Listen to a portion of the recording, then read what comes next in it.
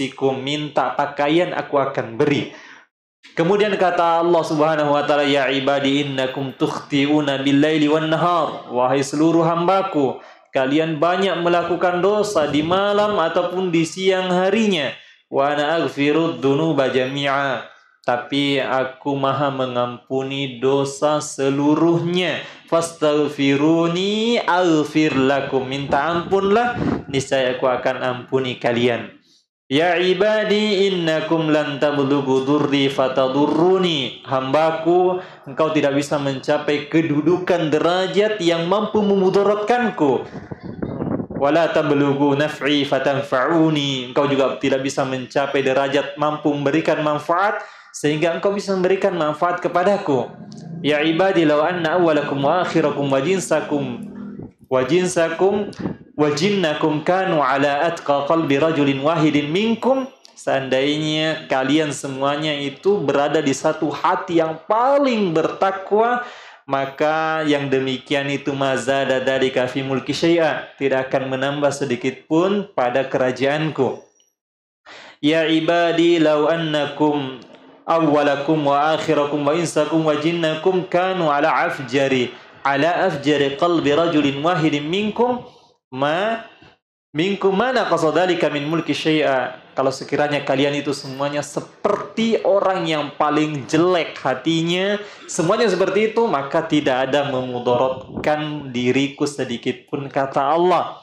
Kemudian kata Allah Subhanahu wa taala, ya ibadi law anna awwalakum wa akhirakum wa insakum wa jinnakum qamu fi sa'idin wahidi, seandainya kalian semuanya berkumpul, jin dan manusia berkumpul di salah satu tempat, kemudian fasa'aluni, kemudian semuanya minta sama Allah, fa'ataitu kulla wahidin mas'alatahu, aku akan berikan semuanya permintaan mereka.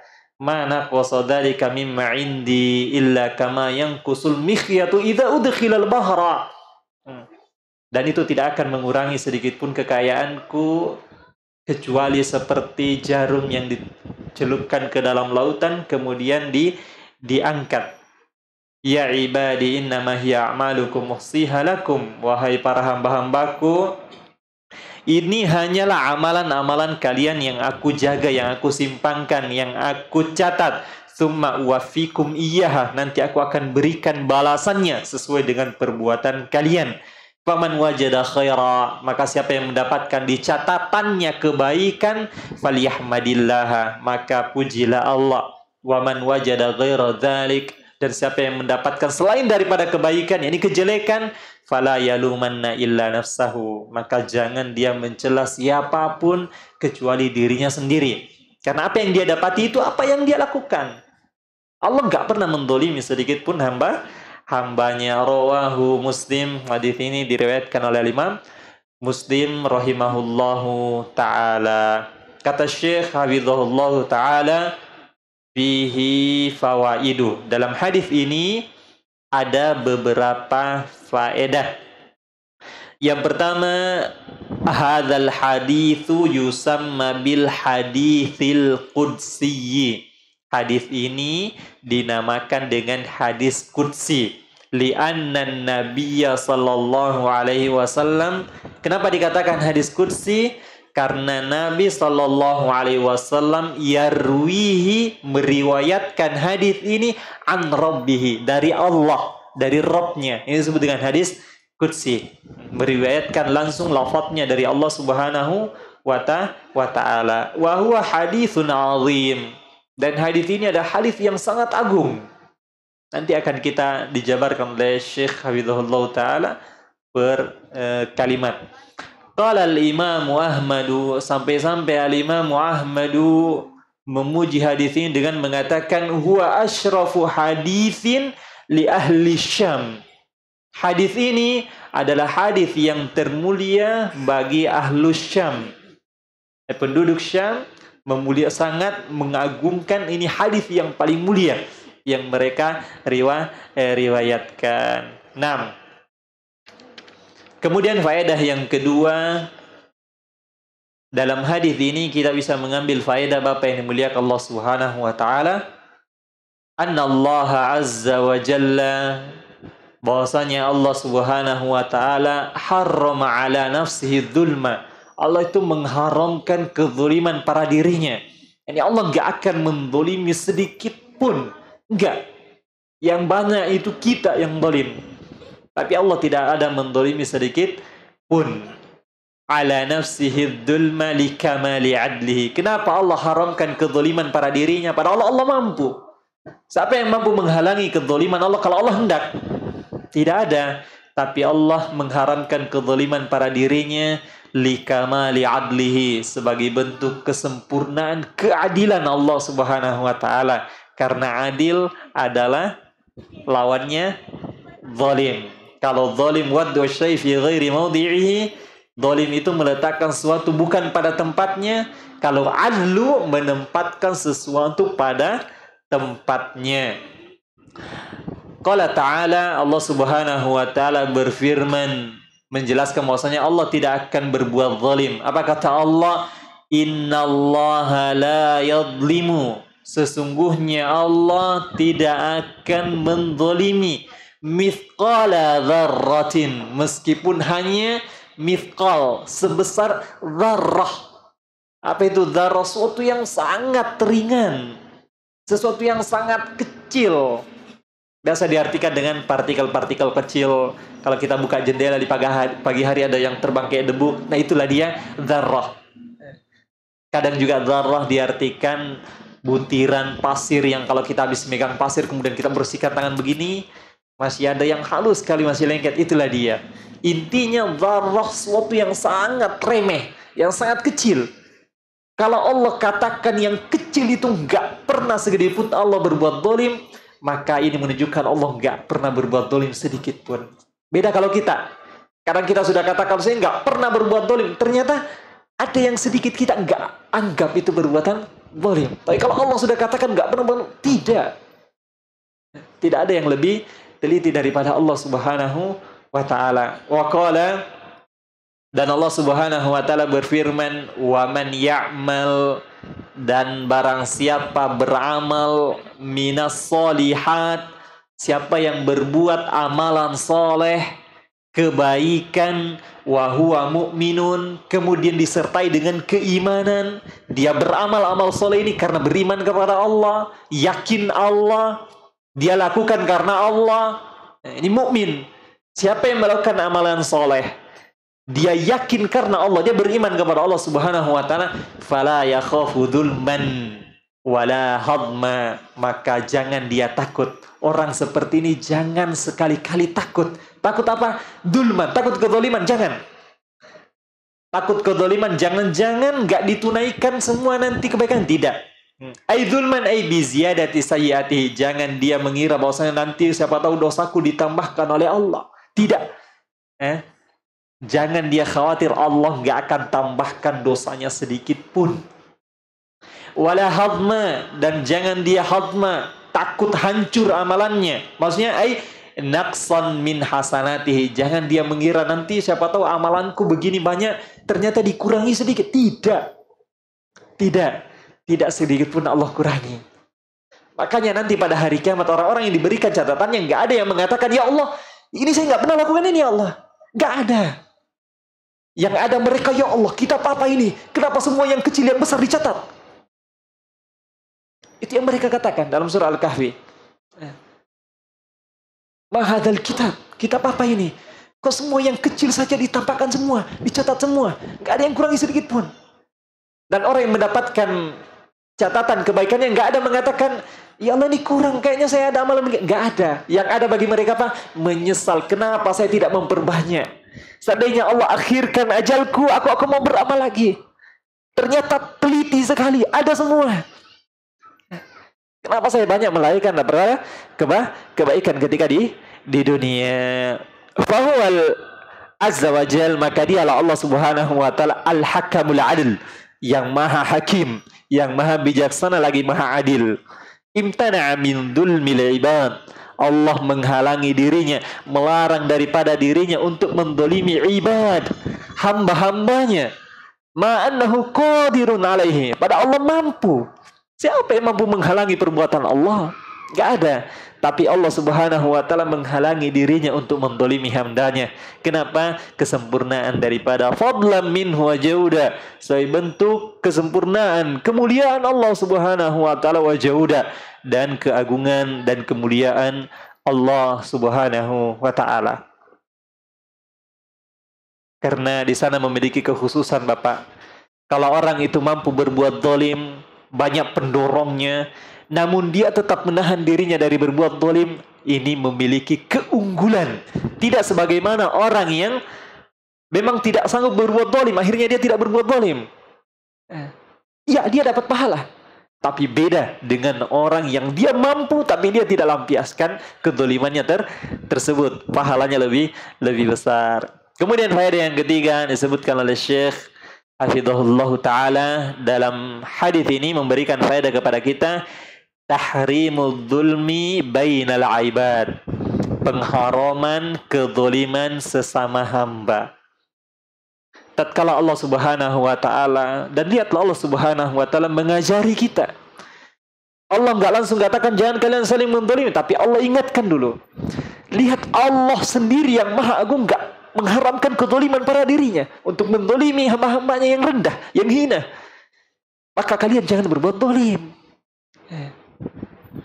Jangan berbuat zalim. Sebagaimana Allah Subhanahu wa Ta'ala mengharamkan kezaliman terhadap dirinya. Oleh qaulihi, berdasarkan sabda Nabi sallallahu alaihi wasallam, berdasarkan firman Allah Subhanahu wa Ta'ala, wa ja'altuhu bainakum muharrama, maka aku jadikan kezaliman ini sesuatu yang haram di antara kalian, fala tadzalamu, maka janganlah kalian saling menzalimi. Si A menzalimi si B, B menzalimi A. Tidak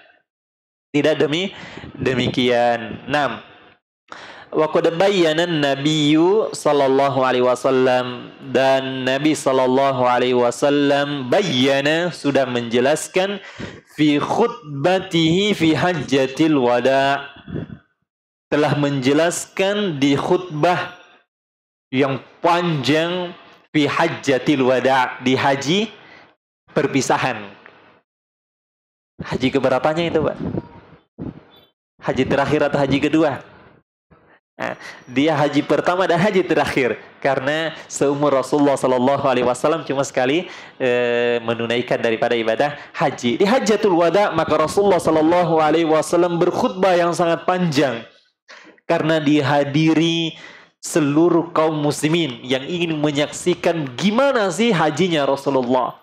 Maka Jabir radhiyallahu anhu yang meriwayatkan hadis menyebutkan bahwasanya manusia bagaikan lautan ketika itu. Semuanya mendatang ke Madinah mengikuti Nabi sallallahu alaihi wasallam.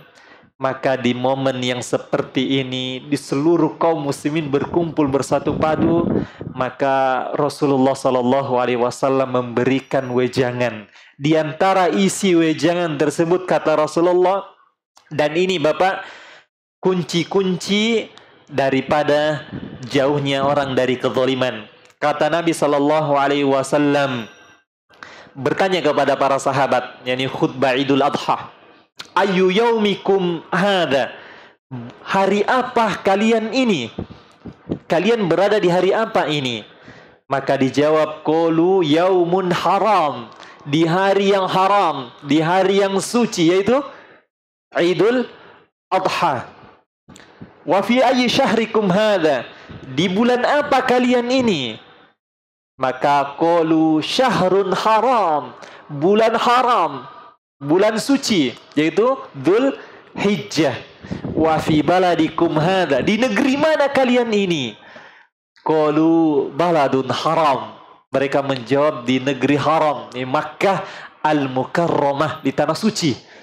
Maka setelah itu Rasulullah sallallahu alaihi wasallam bersabda, memberikan apa yang beliau inginkan.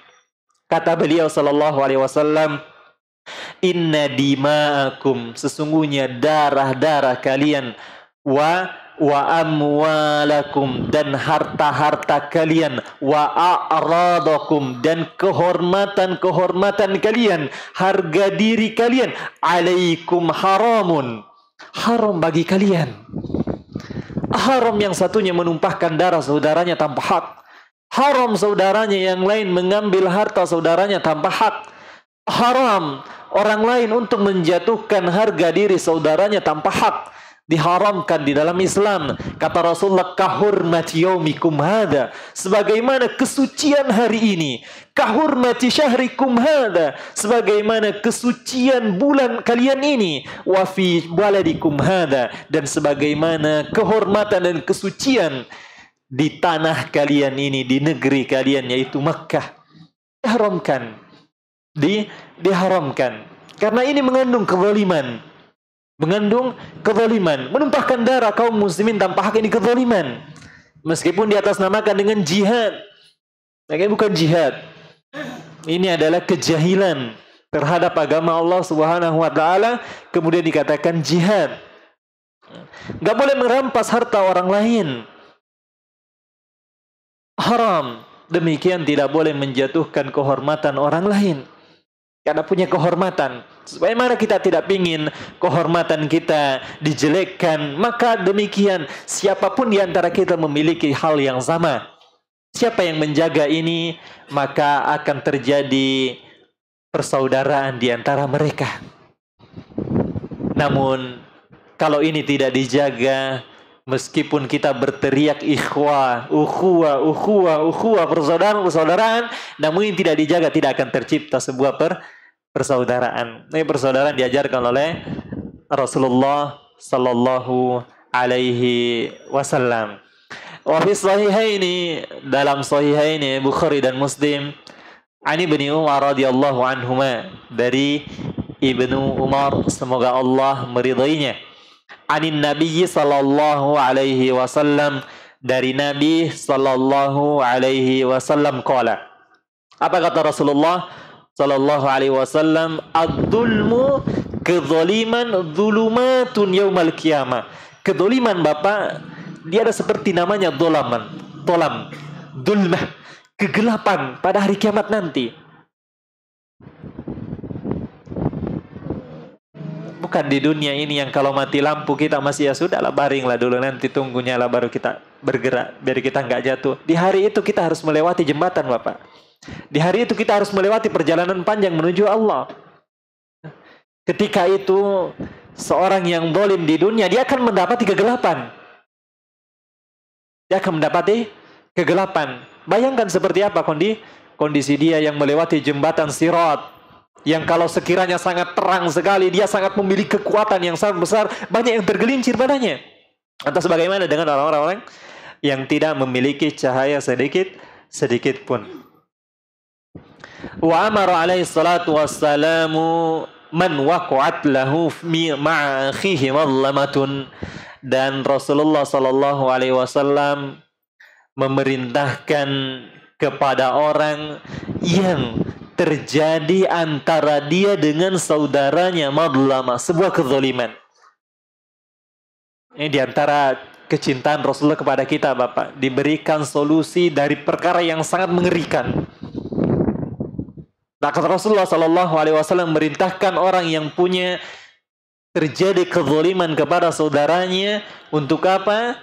Ayatahallalahu, untuk minta kehalalannya. Darah yang ditumpahkan tadi tanpa hak, minta kehalalannya. Kalau dia minta qisas, tunaikan. Seandainya ditegakkan hukum Islam, minimal diat.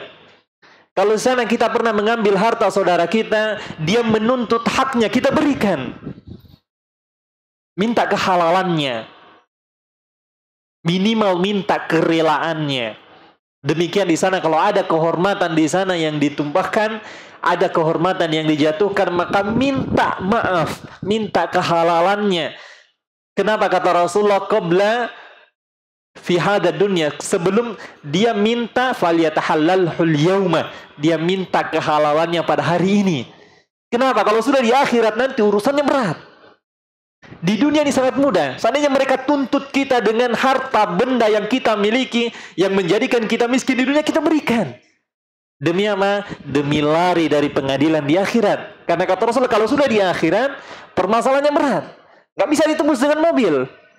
Nggak bisa ditembus dengan harta sepenuh bumi. Nggak bisa. Di akhirat nanti permasalahannya hanya dengan kebaikan dan kejelekan. Itu yang ditukar. Karena manusia itu dibangkitkan, Bapak, tidak memiliki sehelai kain. Yuhsyarun nasu yaumal qiyamah uratan gurlan buhma. Dibangkitkan dalam keadaan tidak memiliki alas kaki. Pakaian sehelai kain di badannya nggak ada. Buhman, nggak bawa apa-apa. Sehingga para sahabat mengatakan, kalau orang nagih ketika itu, Rasulullah, gimana Rasulullah? Kata Rasulullah, al-hasanat bisayyi'an. Kebaikan dengan kejelekan itu yang ditukar-tukar. Itu yang ditukar-tukar. Dan ketika itu, Bapak, orang pada sama kritis. Nggak ada orang yang serela di dunia ini. Kalau di dunia masih banyak orang-orang yang rela, biarlah. Biar aja. Tapi ketika dia kan nggak ada. Tiap orang kritik. Kenapa? Dia pingin, dia melihat pahalanya besar, minimal menambah kedudukanku di surga. Dan setiap orang yang punya kezaliman, dia nggak mau sama sekali. Dia pingin berlepas ini. Jangankan orang yang punya hutang sama dia, Bapak. Bahkan disebutkan di dalam Al-Quran, yawaddul mujrimu law yaftari min adzabi yaumi idzin bibanihi. Bahkan orang-orang zalim pada hari itu, orang-orang fajir, orang-orang yang jauh dari Allah, dia pingin sekali membayar azab Allah. Dia mau tembus azab Allah dengan apa? Bibanihi, dengan anak-anaknya. Yang di dunia ini sangat disayang-sayang, dibanggat. Satu yang menyentuh dia tidak akan rela. Bahkan dia rela darah ditumpahkan demi membela anaknya. Tapi ketika itu, Pak, dia rela untuk mengorbankan anak yang dicintainya ini. Kenapa? Azab yang mengerikan. Nggak ada lagi kasih sayang ketika itu. Nggak ada lagi yang kita saling, di dunia ini masih banyak yang mau membantu kita. Ketika kita kesusahan, masih banyak yang rela mengorbankan hartanya untuk kita. Ketika itu yang ada, setiap orang ingin menjadikan tumbal orang lain.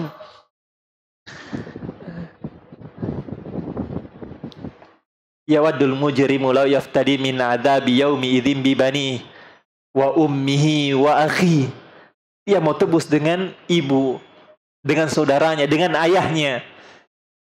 Wa sahibatihi wa banil wa akhi, dengan saudaranya, dengan istrinya. Padahal di dunia yang sangat dia bangga-banggakan, dia sangat cintai. Bahkan mungkin dia tebar kemana-mana, memperlihatkan, nih kekasih hatiku. Tapi ketika itu dia rela mengorbankan semuanya. Nggak ada sudah itu. Karena yang bagi mereka adalah bagaimana dia selamat dari azab Allah. Itu yang mereka pikirkan. Yauma firrul mar'u min akhi. Di hari seorang lari dari saudaranya. Wa fasilatihi allati tuwi. Bahkan dia ingin mengorbankan keluarga besarnya. Tuwi. Yang dia membantu dia, Bapak. Yang membantu dia di dunia. Alangkah dolimnya dia. Dia dibantu di dunia, dibela dia. Tapi ketika di akhirat dia mau korbankan itu semua. Tsumma yunji. Dia berharap semoga itu dia biasa selamat. Kalla, tidak. Innaha ladhah. Dia adalah api yang sangat menyala. Naza'atan lisyawah. Yang akan mengupas kulit kepala. Tidak ada yang selamat ketika itu. Faqala Nabi sallallahu alaihi wasallam, "Man kanat 'indahu madlamatun li akhihi." Siapa yang punya kezaliman terhadap saudaranya, falyatahallalhu minha, minta kehalalan dari kezalimannya tersebut. Fa innahu laisa thamma dinar wala dirham, karena nanti di sana enggak ada lagi dinar dan dirham yang akan ditukar. Enggak ada, Bapak. Enggak ada. Min qabli ayyukhadha li akhihi min hasanatihi. Sebelum kebaikannya, kalau dia punya, sebelum kebaikannya diambil kemudian diberikan kepada orang-orang yang dia zalimi ketika di dunia. Mungkin ketika dia di dunia dia orang besar, banyak orang-orang bawahannya yang dia dizalimi, maka banyak yang akan menagih padanya di hari kiamat nanti. Fa in lam yakun lahu hasanatun, tapi kalau enggak punya kebaikan, maka ukhidha min sayyiati akhihi, maka diambil kejelekan saudaranya yang menagih ini, faturihat alaihi, kemudian dibebankan kepada dia, kemudian kelak dia dilemparkan ke dalam neraka jahanam. Inilah yang disebutkan oleh Rasulullah sallallahu alaihi wasallam al-muflis, orang yang bangkrut, pailit. Kata Rasulullah sallallahu alaihi wasallam, "Atadruna mal muflis?" Tahukah kalian siapa orang yang bangkrut itu? Orang yang pailit itu? Qalu al-muflisu fina, orang yang bangkrut di antara kami Rasulullah, man laisa lahu dirham wala mata, orang enggak punya cash, enggak punya aset, enggak punya uang, enggak punya harta juga. Rasulullah enggak mengatakan bukan itu. Kata Rasulullah, iya, tapi al-muflisu fina, tapi orang yang paling bangkrut yang sebenarnya dari umatku, man jaa yaumal qiyamati, datang nanti pada hari kiamat, bisiyamin, bawa pahala puasa Bapak, wa salatin, bawa pahala salat, wa zakatin, bawa pahala zakat. Ahli ibadah di dunia, orang yang baik. Tapi kata Rasulullah, sayang, wa qad jaa wa qad syatama hadza, tapi dia datang ternyata pernah mencela orang ini. Wa daraba hadza, pernah memukul orang ini. Wa safaka dama hadza, pernah menumpahkan darah ini. Maka datang orang-orang yang pernah dia dolimi ketika di dunia, nagih kepada dia, minta pengadilan Allah. Karena memang Allah Maha Adil, Bapak. Tidak ada satu pun yang dizalimi oleh Allah. Tidak ada satu pun satu hak yang Allah simpan, enggak. Allah berikan orang-orang yang minta haknya. Dan ketika itu orang setiap kritis. Semua orang pingin diambil haknya. Karena dia tahu ada adab. Dia tahu ada kemuliaan, kedudukan yang besar bagi orang yang bawa pahala. Fayutu hadza bihasanatihi wa hadza bihasanatihi wa hadza bihasanatihi, maka dia berikan ini kebaikannya karena dia bawa banyak. Bawa banyak, ahli ibadah. Dan dia ahlu sunnah. Dia ahlu sunnah. Kenapa saya katakan dia ahlu sunnah? Karena kalau dia bukan ahlu sunnah, amalannya bertentangan dengan sunnah, maka diterima tidak? Tidak akan diterima oleh Allah. Dan dia ikhlas demi Allah. Karena kalau enggak ikhlas, tidak akan diterima amalannya. Tatkala dia membawa pahala, berarti amalannya diterima. Berarti ikhlas dan sunnah. Tapi enggak ada jaminannya, Bapak. Ketika kita memperbaiki hubungan kita dengan Allah, namun kita tidak memperbaiki hubungan dengan manusia, maka ini yang membinasakan kita. Kita menjadi orang-orang yang bangkrut. Demi Allah, ini ahlu sunnah. Orang yang ikhlas dan paling sesuai dengan contoh Rasulullah, maka yang diterima amalannya. Karena kalau tidak memenuhi dua syarat ini, tidak akan diterima amalannya. Bagaimana dia mau bawa pahala? Tapi dia memperbaiki hubungannya dengan Allah, namun tidak memperbaiki hubungannya kepada manusia. Maka tatkala kebaikannya sudah habis, karena begitu banyak ternyata yang dia perbuat. Banyak sekali orang yang menzalimi, tapi dia banyak bawa. Berikan. Ketika sudah tidak ada, mau dibayar pakai apa? Ya sudah, kejelekan timpakan kepada dia, kemudian dia dilemparkan ke bawah, ke dalam neraka. Padahal tadi dia bawa pahala yang banyak, itu tujuannya surga. Itu pandangannya surga. Apalagi coba, bawa pahala banyak diterima oleh Allah. Tapi kenapa ujung-ujungnya justru dia masuk ke dalam neraka? Ini yang disebut dengan bangkrut yang sebenarnya. Hadis ini diriwayatkan Imam Al-Bukhari rahimahullahu taala.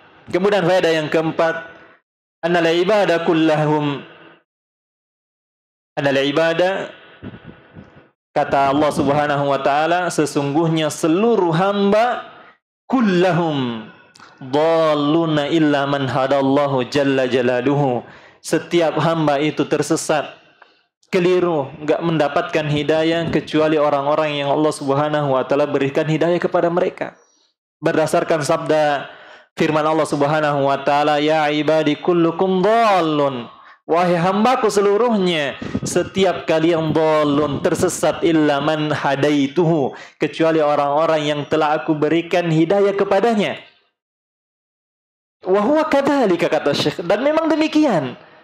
Kenapa bisa dikatakan memang demikian kita tersesat? Fa innahum qabla ta'allumi ahkamil Islam, karena manusia sebelum dia mempelajari tentang hukum-hukum Islam, wa ta'alimihi, sebelum dia mengajarkannya, dhalluna jahiluna, mereka tersesat, mereka dalam keadaan tidak tahu apa-apa.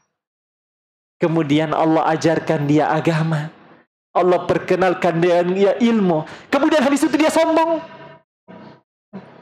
Malu malu di hadapan Allah. Yang asalnya kita tersesat, kemudian Allah berikan kita karunia dari Allah.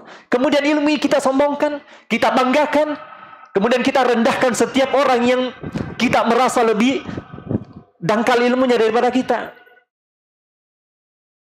Alangkah menggelingkitkan ilmu tersebut. Apa kata Allah Subhanahu wa taala? Wallahu akhrajakum min butuni ummahatikum. Dan Allah Subhanahu wa taala yang mengeluarkan kalian dari butun, perut-perut ibu kalian, la ta'lamuna syai'a, enggak memiliki sedikit pun ilmu. Ada di antara kita keluar dari perut ibunya kemudian sudah bisa berbicara dalil? Enggak ada.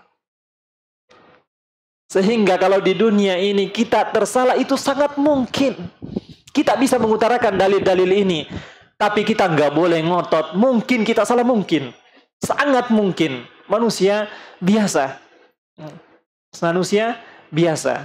Nah, kemudian wala yu'aridu hadha ma thabata fi sahih muslimin. Namun ini tidak bertentangan dengan hadis yang datang dari Sahih Muslim an Iyad bin Himar, dari Iyad bin Himar radhiyallahu anhu anin Nabi sallallahu alaihi wasallam, dari Nabi sallallahu alaihi wasallam. Ini seakan-akan bertentangan Bapak dengan hadis Rasulullah sallallahu alaihi wasallam. Apa kata Rasulullah dalam firman Allah Subhanahu wa taala, khalaqatu ibadi hunafa, aku menciptakan hambaku itu hunafa, hanif, lurus.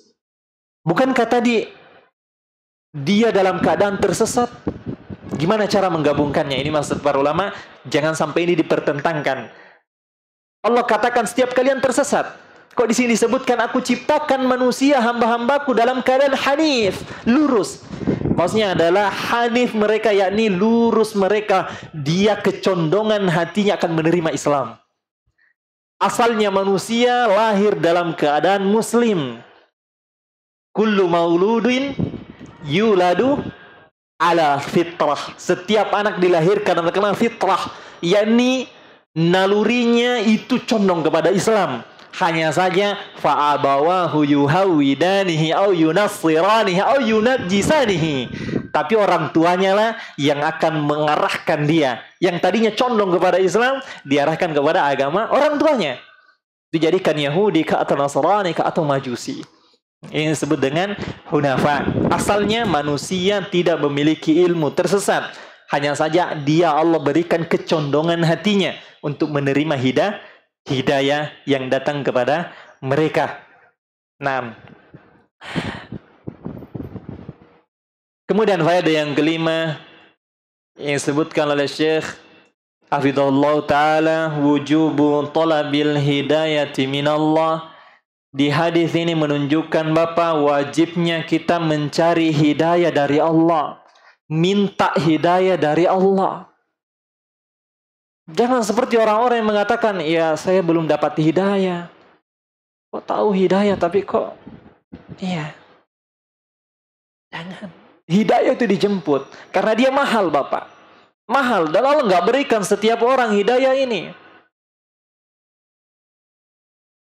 Meskipun dia orang-orang yang terdekat dengan para Rasul, Allah nggak berikan dia hidayah kecuali orang-orang yang memang Allah Subhanahu wa Ta'ala menginginkan hidayah kepada mereka, sehingga butuh kita meminta kepada Allah. Dan ingat janji Allah, fastahduni ahdikum, minta hidayah aku akan beri. Dan iya, memang demikian. Ada pun orang yang mengatakan saya belum dapat hidayah, seberapa jauh dia melangkah untuk mencapai hidayah? Seberapa besar dia memohon hidayah ini kepada Allah? Tidak. Tidak. Mau nggak dia duduk mau nggak dia mempelajari agama Allah? Tidak. Kalaulah dia mau mempelajari agama Allah, Allah akan berikan dia hidayah.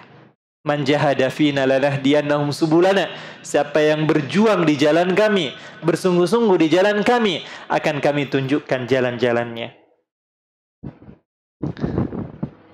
Berdasarkan sabda Nabi SAW, fastahduni ahdikum, mintalah hidayah, aku akan beri. Wal muradu al hidayatut taufiq. Yang dimaksud di sini hidayah taufik. Bagaimana hati ini menerima, itu yang diminta oleh Allah. Yang kedua, wa hidayatud dilalati wal irsyad. Karena hidayah itu ada dua, Bapak. Ada hidayatul irsyad, hidayah menunjukkan, hidayah ilmu.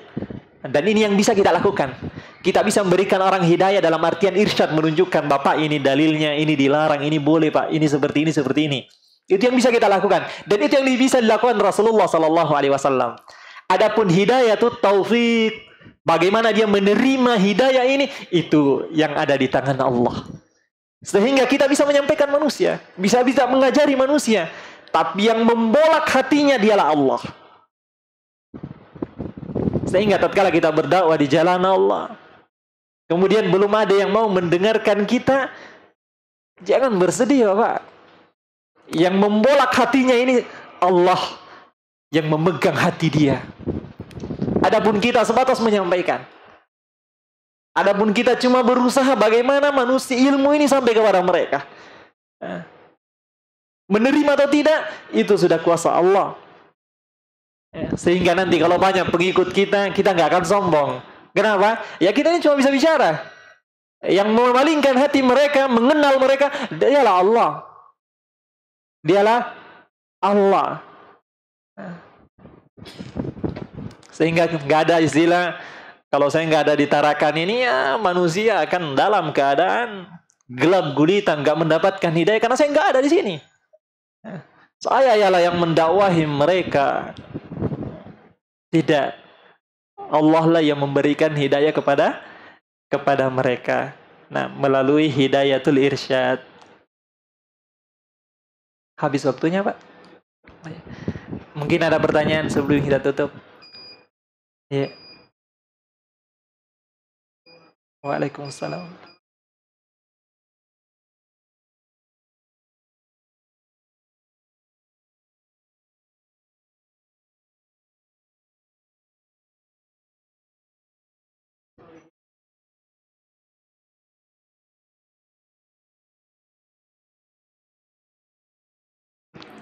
Iya, itulah orang-orang kafir yang mereka menolak agama Allah, nggak mau mendengar ayat Allah, jadikan telinga mereka la yasma'una, mereka tidak mendengar, padahal punya pendengaran, tapi Allah katakan mereka nggak mendengar, nggak mau mendengar mereka ayat Allah, nggak mau menerima mereka, punya mata tapi mereka buta, buta mereka nggak mau melihat ayat-ayat Allah. Itulah orang-orang kafir, Bapak. Adapun yang baru lahir mereka makanya hanif.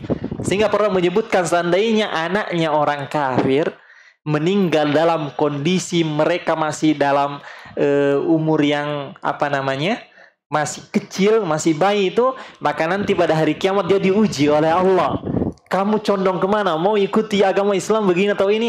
Kalau dia ikuti, dia karena ya tadi kullu mauludin yuladu alal fitrah. Setiap anak yang lahir dilahirkan dalam keadaan fitrah. Adapun yang disebutkan dalam ayat, itulah orang-orang kafir yang Allah kunci hati mereka karena mereka nggak mau mendengar ayat Allah. Maka Allah jadikan hati mereka dan telinga mereka terkunci, demikian hati mereka. Wallahu taala a'lam bissawab. Dan kita tutup dengan doa kafaratul majlis. Subhanakallahumma wa bihamdika asyhadu an la ilaha illa anta astaghfiruka wa atubu ilaik. Assalamualaikum warahmatullahi wabarakatuh.